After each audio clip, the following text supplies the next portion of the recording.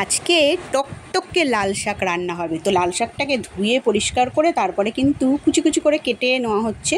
আর কাঁচা লঙ্কা এইভাবে চিড়ে নেওয়া হয়েছে 4-5টা। আর তারপরে তেল গরম করে এর মধ্যে কালো জিরে ফোড়ন দিয়ে শাক দিয়ে দেওয়া হয়েছে। আর পেঁয়াজ রসুন ইচ্ছা করলে দেওয়াই যায়, কিন্তু যেহেতু নিরামিষ হবে তাই জন্য আর এর মধ্যে পেঁয়াজ রসুন দেওয়া হয়নি। আর স্বাদ মতো নুন দিয়ে এইবারে কিন্তু একটুখানি উল্টে পাল্টে ভেজে নিয়ে এটা ঢাকনা দিয়ে ঢেকে দিতে হবে। কিছুক্ষণ বাদে আবার ঢাকনা খুলে আবার এটাকে ভাজতে হবে। এইভাবে কিন্তু বারবার ঢাকনা দিয়ে ঢেকে ঢেকে তারপরে ভাজলে কিন্তু এর জলটা যে থাকে শাকের, সেই জলটা শুকিয়ে যাবে আর শাকটাও ভাজা ভাজা হয়ে যাবে। তখন এর মধ্যে সামান্য একটু চিনি দিতে হবে। চিনি দিয়ে আবার শাকটাকে ভাজতে হবে।